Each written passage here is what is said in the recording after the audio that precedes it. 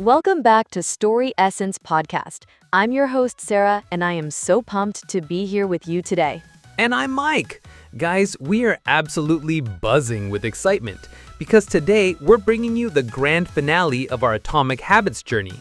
Part 5, Make It Satisfying, plus the epic final summary that's going to blow your mind. Oh my gosh, Mike, I literally got goosebumps reading this chapter. We've been through Make It Obvious, Make It Attractive, Make It Easy, and now we're hitting the final law that's going to tie everything together beautifully. Are you ready for this? I am more than ready. So let me paint you a picture, everyone. James Clear introduces us to the fourth and final law of behavior change. Make it satisfying. And here's the thing that completely revolutionized how I think about habits. Ooh, I love where this is going. Tell us more. Here's the core idea that explains everything about why we struggle with habits. Humans are literally wired to repeat behaviors that feel rewarding. If something feels good, we want to do it again. If it feels bad or empty, we avoid it. Simple, right? That makes total sense. But wait, there's a problem here, isn't there? Exactly. Here's the cruel twist of human nature. Many good habits like saving money, exercising, or studying give rewards later. But many bad habits like eating junk food, smoking, or procrastinating give rewards immediately. This mismatch is why bad habits stick and good habits struggle. Oh wow, that's like a light bulb moment. So James Clear's solution is brilliant. To build good habits, attach immediate satisfaction. To break bad habits, attach immediate pain. Let me share some amazing examples of how this works in real life. Yes! Give us those practical examples. So picture this. You want to save money. Move money to savings and immediately transfer a little to a fun fund for something small you enjoy. Want to work out? Track your progress visually. Cross off a calendar. Fill a habit tracker. Want to eat healthier? Celebrate with a positive ritual like making a delicious smoothie you love. Even something as simple as checking a box on a habit tracker creates satisfaction. That's genius! And this brings us to one of my favorite concepts in the whole book, habit tracking. James Clear calls it "don't break the chain." It creates visible evidence of your progress. And guys, this is powerful stuff. I love this so much. What are some ways people can do this? You can cross off days on a calendar when you stick to your habit. Use an app that logs your workouts, steps, or reading. Keep a notebook where you record daily achievements. This works because progress feels rewarding. It's incredibly satisfying to see a chain grow longer. But here's the golden rule that'll save your life. Never miss twice. Never miss twice. That's so important because missing once is human, but missing twice begins a new negative pattern. But wait, there's another powerful way to make habits satisfying. Accountability. Tell me about this, Mike. Accountability is a game changer. When someone else is watching, you're so much more likely to follow through. Find a workout buddy, hire a coach or mentor, publicly commit to your goals. Social approval and fear of letting others down make habits more rewarding and bad habits more costly. It's like having a superpower. And just like the other laws, the reverse also applies for breaking bad habits.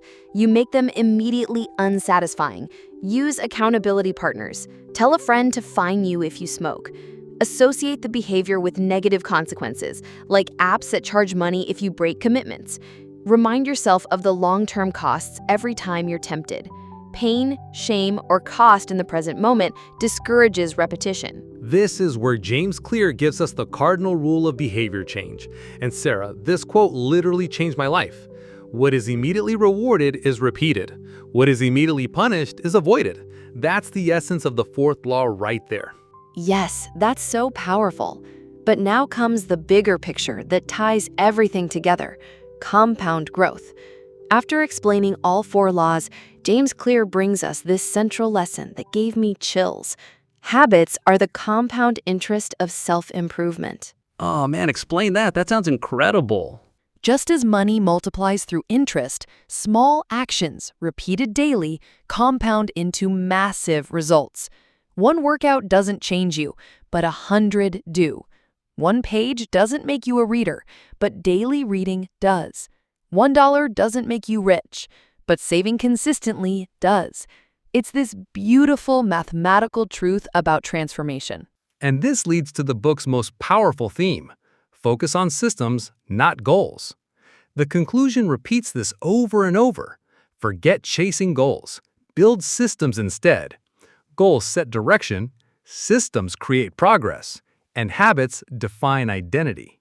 If you build the right systems, success will follow naturally. Yes, and here's the ultimate message that literally made me tear up. Habits are not just about what you do, they're about who you become. Don't aim to run a marathon, aim to become a runner. Don't aim to read a book, aim to become a reader. Don't aim to quit smoking, aim to become a non-smoker. Every action is a vote for the type of person you want to be. That's mind-blowing. Okay, let me give everyone the final summary of all 4 laws, because this framework is pure gold. Law 1, make it obvious. Design your environment and cues. Law 2, make it attractive. Link habits with pleasure and social approval. Law 3, make it easy. Reduce friction, start small, automate. Law 4, make it satisfying. Reward good habits immediately, make bad ones painful. Together, these 4 laws form a practical framework for creating good habits and breaking bad ones. And James Clear leaves us with these closing thoughts that are just beautiful. Atomic Habits is not about quick fixes. It's about the philosophy of small, consistent improvements.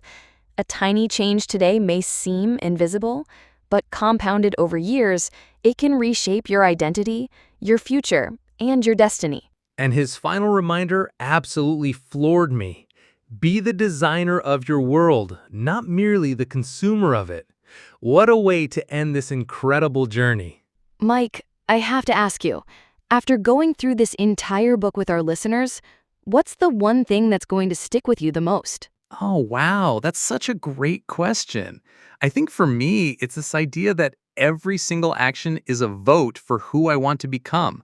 Like, when I choose to work out this morning, I'm not just working out. I'm voting to become the kind of person who prioritizes their health. That's so empowering. What about you, Sarah? For me, it's definitely the compound growth concept.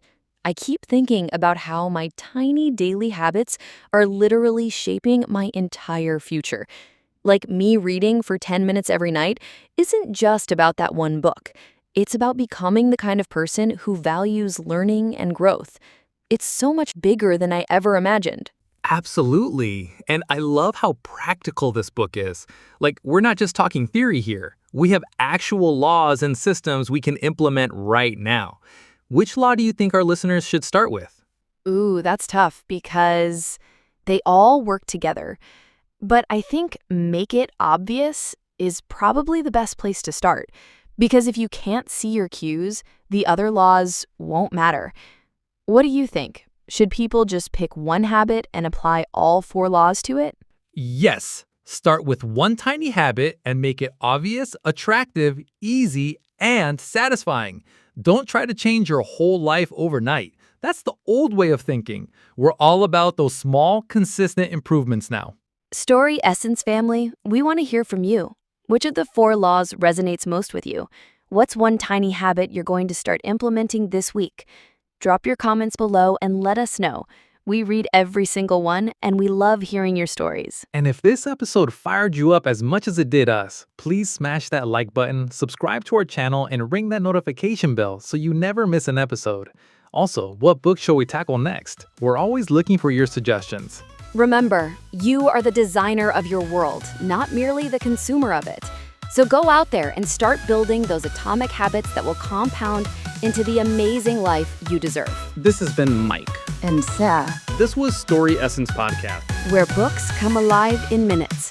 Until next time, keep growing, keep improving, and keep being awesome.